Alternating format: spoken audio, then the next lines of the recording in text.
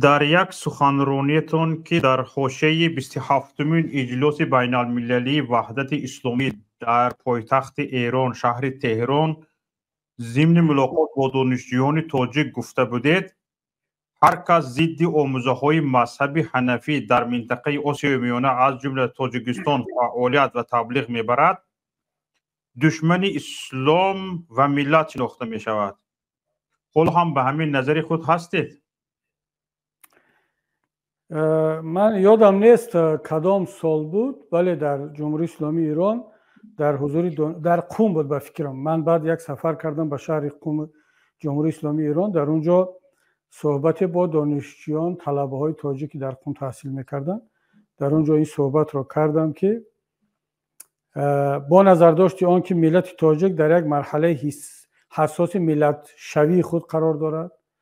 برای ما وحدت ملی بسیار مهم است. برای ما پراکنده کردن بیشتر ملت به مذهب‌ها و جریان‌های دینی دیگر در این مرحله ما نیاز نداریم و من به این اصلا خودی من در مسئله آن که یک نفر کدام مذهب را قبول میکند، شیعه و سنی میشود، البته نمیخواهم. من همچون یک سنی حنفی به فکرم باید طبیعی باشد که تحت دلم نمیخواهد که یک نفر از مذهبی من، از اهل سنت، از مذهب حنفی بیرون برایت گرایش به یک مذهب دیگر گرایش پیدا کند. همون طور فکر میکنم یک شیعه نمیخواهد که یک اهل تشیع سنی شود، یا یک مسیحی نمیخواهد که یک نفر مسلمان شود، یا یک مسلمان نمیخواهد که یک مسلمان مسیحی شود. به فکرم این طبیعی است. باید اینقدر در این مسئله سختگیر نباشه. منم این رو نمیخواهم.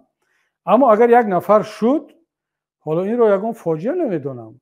مثلا اگر یک نفر از اسلام بیرون شد، بله فاجعه شخصیش میدونم.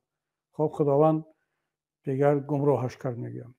اما یک نفر مسلمان است، مثلا رفت پیروی از مذهب شافعی کرد، پیروی مثلا مالکی کرد، حنبلی کرد، یا حتی گفت که من هر چهار مذهب رو قبول دارم. مثلا بسیاری از کسان جوانان نو یا پیروان جریان سلفیه یا حتی بدون سلفیه میگن ما حالا بعضی دلیل های داریم که در اینجا مثلا نقطه نظری امام حنبل بهتر است، امام شافعی، امام مالکی، اشکال نداره در این مسئله. اما ملت سازی چیزی دیگر است. ما مسائل شخصی، مسائل مذهبی رو از مسائل ملت سازی باید جدا کنیم. من نظرم این بود و حالم این است که در شرایطی که ملت سازی ما ادامه دارد، هنوز ضعیف است، اگر یک نفر خودش در نتیجه تحقیقات شخصیش آمد گرایش به این یا آن مذهب کرد، من مشکلی رو نمیبینم. این کار شخصیش است. اما اگر یک گروه، یک کشور، یک سازمان، یک جریان مذهبی بیاید در کشوری من در این حالت ضعف، در حالت پراکندگی، در حالتی که اکثریت مسلمانان سنی حنفی تحت فشارند، پول ندارند، مکتب و مدرسه قوی ندارند، دانشگاه ندارند، یک کشور دیگر، یک سازمان دیگر، یک مذهب دیگر با پول بسیار، با امکانات بسیار بیاید فرزندان ملت ما رو، فرزندان مذهبی ما رو، اهل سنت رو تبلیغ کند به مذهب خودش، به جریان خودش، من این کاری دست جمعی هدفمند رو ضربه زدن به ملت، به مذهب خودم میدونم. میدونستم، هنوزم میدونم. باز تکرار میکنم، اگر یک نفر به قناعت شخصی خودش رسید، من او رو احترام میکنم. اگر افسوس هم بخورم میگم من افسوس میخورم، ولی احترام دارم. انتخاب شخصی خودت است. من تو رو نه دشمن میدونم، نه ضدت فعالیت میکنم. اما اگر بینم که ملت من خودش بینم در پراکندگی، در مهاجرت، توسط اینترنت و فیسبوک و یوتیوب تبلیغات گوناگون تکفیری و مذهب‌های گوناگون و دین‌های گوناگون و بدینی و تمام انواع تفکر ضد دینی و ضد ملی بالای ملت من ریخت است. ملت کم بغل قشنگ باید گروه دیگر بیاین هدفمندانه مرکز تبلیغی باز کنن برای مذهب خودش، حتی اگر مسلمان هم باشد. من میگم که این کار برادر عزیز علیه ملت شوی ما هست، چون ملت ما در همین شب و روز نیاز به آن دارد که متحد باشد، اختلافی کمتر داشته باشد. و ما مثلا وقتی ملت تاجیک میگم منظور ما همون فقط یک سنی حنفی نیست. ما برادران شیعه اسماعیلی داریم که حتی برادران شیعه اسماعیلی ما قبل از آن که ما حنفی شویم اونا اسماعیلی بودن، یعنی اونا قدیمی ترن. چون ما حالا دلیل واضح و قاطع نداریم که مثلا مذهب حنفی در سرزمین ما کی وارد شد، چون دلیل های زیاد داریم که خیلی از بزرگان ما پیروی از مذهب شافعی میکردن در همین مورد و خیلی از علمای ما.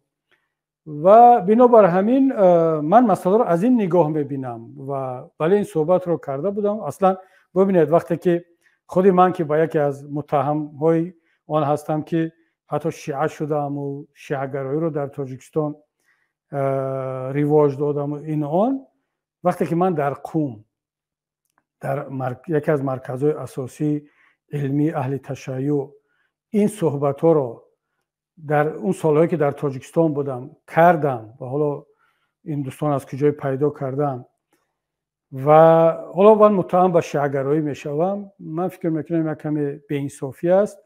کاش هر یک مبارز و وطن دوست و هر یک مسلمان سنی حنفی بدون تحقیر، بدون رسیدن به عزت نفس کدام مذهب دیگر کدام مسلمان دیگر، در رو به رو آشکار در حضور بزرگان، در همون صحبتی که من کردم آیت الله نشسته بودن، خیلی از شخصیت های اهل تشیع نشسته بودند و آنها به خود این را کشیدن که من به آنها گفته ایستادم که یعنی فرزندان تاجیک را با این شکل در این شرایط بهتر است که تبلیغات نشود. اگر کسی خودش به قناعت رسید کاری خودش.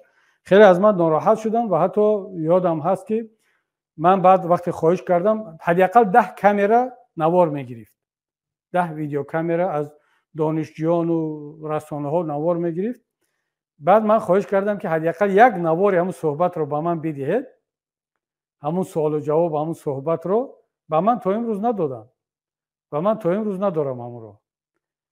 و حتی همون بعضی دوستانی که در همون جا بودن از دانشجویان تاجیک هم ثبت میکردن، وعده کردن، متاسفانه تا امروز نرسوندن با من. چرا ببینید من این را با فخر میگم که همچون یک مسلمان برادروار گفتم، همچون یک سنی، همچون یک حنفی خیلی برادروار گفتم و همچون یک تاجیک گفتم. از نقطه نظر تاجیکیتم برای دولت و ملتم، اگر ملت ما به یک مرحله برسد که از لحاظ آگاهی دینی، آگاهی سیاسی، ملت شوی به یک درجه برسد که دیگر آسیب پذیر نیست، باور کنید من دیگر میگم خب میدان از دلیر است. بیاد سنی هم تبلیغ کند، شیعه هم تبلیغ کند، نمیدونم سلفی هم تبلیغ کند، تبلیغی هم تبلیغ کند، من ترس ندارم. برای چی؟ برای که ملت آگاه است، ملت بیدار است. ملت به خاطر شکم و پول و به خاطر کدام مثل اروپایی ها اگر مسلمان شوند به خاطر پول مسلمان نمیشوند.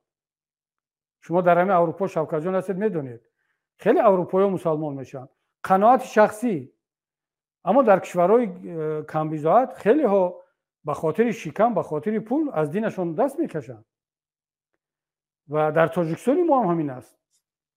و من نمیخوام در این مرحله ما در تبلیغ دینی رو باز کشاییم چون که سوء استفاده می شود.